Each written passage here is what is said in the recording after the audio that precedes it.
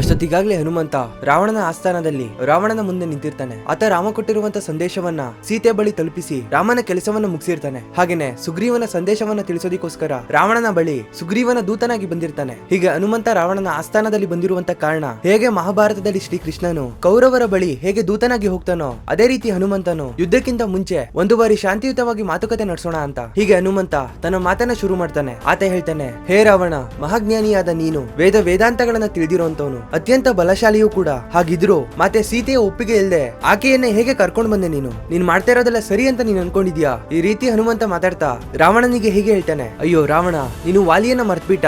ಆತ ತನ್ನ ಬಾಲದಿಂದ ನಿನ್ನನ್ನ ಕಟ್ಟಿ ಹಾಕಿ ಇಡೀ ಭೂಲೋಕವನ್ನೇ ಸುತ್ತಿಸಿದ್ನಲ್ಲ, ಆತ ನಿನಗೆ ನೆನ್ಪಿದಾನೆ ಅಲ್ವಾ? ಹಾಗೆ ನೀನು ಆತನ ಮುಂದೆ ಸೋಲನ್ನ ಒಪ್ಕೊಂಡು ಆತನ ಕಾಲನ ನೀನು ಹಿಡಿದಿದ್ದೆ. ಆತ ಇನ್ನೂ ನಿನಗೆ ನೆನ್ಪಿದಾನೆ ಅಲ್ವಾ? ನಿನಗ್ ಗೊತ್ತಿರ್ಲಿ ಅಂತ ಮಹಾಬಲಶಾಲಿ ವಾಲಿಯನ್ನ ಕೇವಲ ಒಂದೇ ಒಂದು ಬಾಣದಿಂದ ಆತನ ಅಂತ್ಯ ಮಾಡಿದವನು ಶ್ರೀರಾಮ. ಅಂತ ರಾಮನನ್ನೇ ನೀನು ಎದುರಾಕೊಳ್ತೀಯ? ಹಾಗೇನಾದ್ರೂ ಎದುರಾಕೊಂಡ್ರೆ ನಿನ್ನ ಅಂತ್ಯವಂತೂ ಖಚಿತ. ಹೀಗೆ ಮಾತನಾಡ್ತಾ ಹನುಮಂತ ರಾವಣನನ್ನ ಕೆರಳಿಸ್ತಾನೆ. ಇದರಿಂದ ಕೋಪಗೊಂಡಂತ ರಾವಣ ಹನುಮಂತನಿಗೆ ಮರಣದಂಡನೆಯ ಶಿಕ್ಷೆಯನ್ನ ಕೊಡುವುದಾಗಿ ಮುಂದಾಗ್ತಾನೆ. ಮುಂದೆ ಏನಾಯ್ತು ಅಂತ ಮುಂದಿನ ವಿಡಿಯೋದಲ್ಲಿ ಹೇಳ್ತೇನೆ.